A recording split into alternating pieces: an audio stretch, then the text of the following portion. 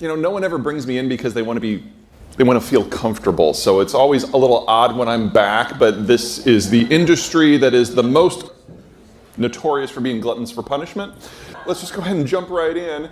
We're dealing with the end of a lot of things in the next 5 years. Here's the partial list. We're going to talk about the ones in the blue arrows, but this is basically my life these days. When you end a system, the globalized system, not everything makes it to the other side.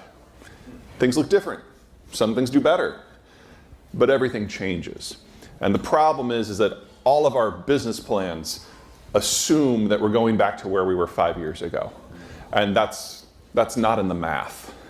So my goal here today is to give you an idea, some spotlights on the things that definitely won't go back, and how some other things are going to transform and maybe make your life a little bit easier. Let's start with the simplest conclusion here. If the product that you need comes on one of these, that's what's going away. Internationalized supply chains, Asia heavy, transoceanic, transpacific. Anything that is on this, you have to question whether it's ever going to be delivered. We now are in a situation where transformers are 36 to 42 months out. Most of those are probably not going to arrive. If it comes on one of these, you're probably okay. Roughly 80% of the trade between America and Mexico is on truck, and there's a number of reasons why that's not great from a logistical point of view, but just for identifying what's going to last. Everything in that category probably will. That's the cheat version. You can go look at your supply chains and make your choices accordingly. Everyone here has seen me at least once, right? No. No? Well, okay, this is for you. This is a standard demographic profile. You got children at the bottom, young adults, mature adults, retirees at the top, men on one side, women on the other. Mortality built it into a pyramid. And when you have a pyramidal demographic like this, there's a few common characteristics. Number one, it's consumption driven, because populations below age 40 consume a lot. They're raising kids, or they're buying cars, they're building homes. That spending drives most modern systems, 70% in the case of the United States. But their workers don't have a lot of expertise, so the value add is pretty low. They have to import capital because most capital in a system comes from people over age 40, people who the kids have left home and the house has been paid down. And so in a system like this, consumption driven, low investment, high imports, inflationary. This is Korea in the 50s at the dawn of the globalized era. Globalization meant that we could move off the farm and into towns to take industrial jobs. And when you do that, kids go from being free labor to an expense, and adults aren't dumb, so 2 generations on, here's where the Koreans are now. Very different model. People aged 40 to 65 have decades of work experience. They're capital rich. That pays for investment, that pays for the tax base. But there aren't a lot of young people to consume. So you get a more disinflationary economic model that has to export because there's not enough people locally to buy all the stuff. And the whole world has gone down this Korean path at different speeds from different starting points. But the point is, this capital-rich environment that we become used to, this was always never more than a moment in time. And it ends this decade, because everyone in the advanced world is aging out. And later this decade, the Koreans, the Germans, the Italians, the Russians, the Chinese will all age out of being investment rich, and they'll be retirement heavy. And we have no idea what that looks like from an economic point of view. It's never happened in human history ever. In the United States, we're kind of in the middle, largely because we have more elbow room. And this means that we're in a different situation from everybody else, but that still means some of the same lessons apply. So number one, the boomers are retiring. Largest generation we've ever had, largest worker group we've ever had, largest investment base we've ever had. Half of them have already moved into retirement. The rest will over the next 6 years. And so we know capital costs have to go up. What we've seen so far, we're only about halfway. So capital costs have about tripled in the last 3 years. It's going to triple again. Second, largest generation ever, another way of saying largest workforce ever. And if you look at the kids at the bottom, the Zoomers, that's our smallest generation ever. It's simple math. Between the boomers leaving and the zoomers coming in last year, we lost out of the workforce 500,000 workers. It'll be about that same loss again this year. And that number will increase every year for the next 11 before the annual shortfall peaks at about 900,000 in roughly 2034.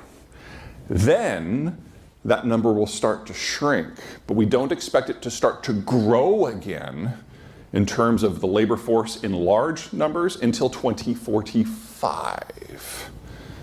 So hire, borrow, hire, borrow, hire, borrow.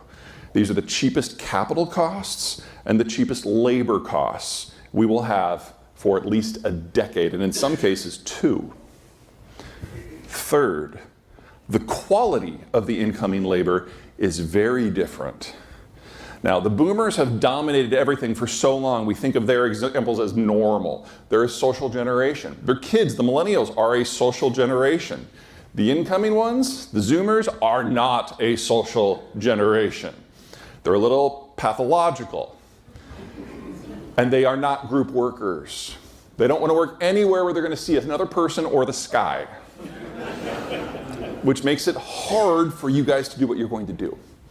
So again, labor is the cheapest and most familiar to you right now that it's going to be for the next 20 years. Hire everyone you can. And then finally, there's technology. Technology as a sector requires 2 things. First of all, scads of people in their 20s and early 30s who have malleable minds, who are social, who can work together, who can imagine the future, and then build that into a prototype and operationalize it and bring it into mass manufacturing. That has been the millennials for the last 20 years. And they're aging out. The oldest millennials this year turn 44. We're starting to see the leading edge of their midlife crises. And it's delicious.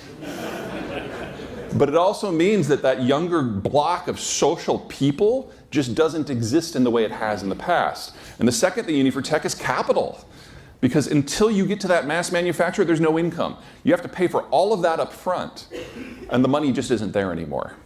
So even if everything else goes perfectly smoothly, we know we're entering into a tech winter for at least the next 15 years. The pace of advancement is going to slow considerably. That assumes that it doesn't reverse. Here are the big 4 economies that we care about. US is obviously the healthiest of the rich world. Mexico, notice how it goes down? Hits the 30-year-old and then goes straight down. Pros and cons of that model. Basically what you're seeing is Mexico was a latecomer to industrialization. They really didn't start the move from farm to city until NAFTA won in the 90s. Now, if they keep aging at that rate in 50 years, we're going to have a very big problem. But in the meantime, when you've got a lot of people who are entering their 20s and 30s who don't have a lot of kids, it's a much more consumption-heavy pattern. And so Mexico became our largest trading partner last year. It is a role they will not give up in our lives. There may be some problems down the road in the 2070s. We got time to figure that out, so do they. The Germans do not. The Germans are aging faster than the Koreans. This was always going to be their last decade as an industrial economy. It's not that they're running out of kids. That happened in the 80s. They're now running out of working-aged adults. If you get stuff from Germany, it's time to move on. And then there's the Chinese. This was already one of the fastest aging societies in the historical record. And 2 months ago, the Chinese updated the data. They've had a 70% drop in the birth rate since just 2017. That tells me 2 things. Number 1, China will cease to be a coherent economic power, a coherent nation state this decade. And the Han ethnicity will probably vanish from the world this century. It could happen a lot faster because the Shanghai Academy of Sciences, all the brainiacs who are responsible for interpreting the data are like, even the new data is wrong. We've overcounted the population by over 100 million people, and these yellow bars probably don't even exist.